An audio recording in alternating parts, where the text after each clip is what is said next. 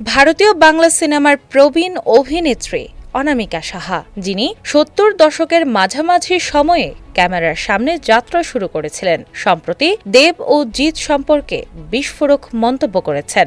বাংলা চলচ্চিত্রের একসময়ের দাপুটে খলনায়িকা আজকাল সিনেমার পর্দায় খুব কম দেখা গেলেও তার প্রতিভা ও অভিজ্ঞতা এখনও সিনেমা প্রেমীদের মনে জীবন্ত। কয়েকদিন আগে এক সাক্ষাৎকারে অনামিকার কাছে জানতে চাওয়া হয় তিনি কি কখনো দেব বা জিতের সঙ্গে কাজের জন্য যোগাযোগ করেছিলেন কিনা। এর জবাবে অনামিকা বলেছেন, না, ওসব আমি পারবো না।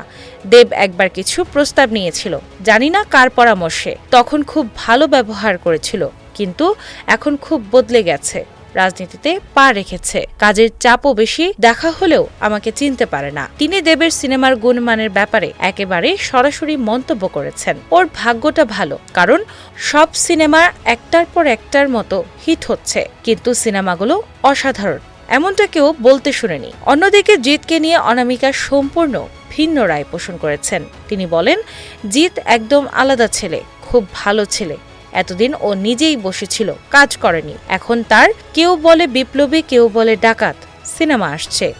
জিত কখনো রাজনীতির সঙ্গে জড়িত নয়। অনামিকা প্রসেনজিৎ চ্যাটার্জির প্রসঙ্গ টেনে আনে এবং বলেন, প্রসেনজিৎ কোনো রাজনৈতিক ঝামেলায় নেই, নিজের জোরেই ও আজকের অবস্থানে পৌঁছেছে, যে পরিশ্রম ও করেছে তা দেব বা জিত কেউই ভাবতে পারবে না। সিনিয়র অভিনেত্রী হিসেবে পরামর্শ দেওয়ার প্রেক্ষিতে অনামিকা একেবারেই সরাসরি মন্তব্য করেছেন, আমি কি বলবো, আমাকে তো এরা পাত্তাই দেয় না। এখন অনেক ছোট ছোট গ্রুপ হয়েছে, যেখানে সম্মান নেই সেখানে আমি নেই, আমার কথার কোনো দাম নেই, সেখানে কেন আমি পরামর্শ দেব।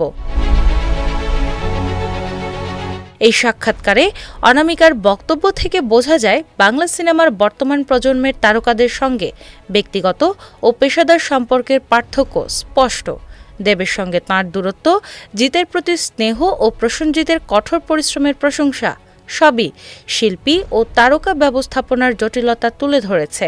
অনামিকার কথায়, বাংলা চলচ্চিত্রে একসময়কার খলনায়িকার দৃঢ় মনোভাব, পেশাদারিত্ব ও স্বচ্ছ বক্তব্যের ছাপ স্পষ্টভাবে ফুটে উঠেছে। দিনা ইসলাম, বাংলাবাজার পত্রিকা।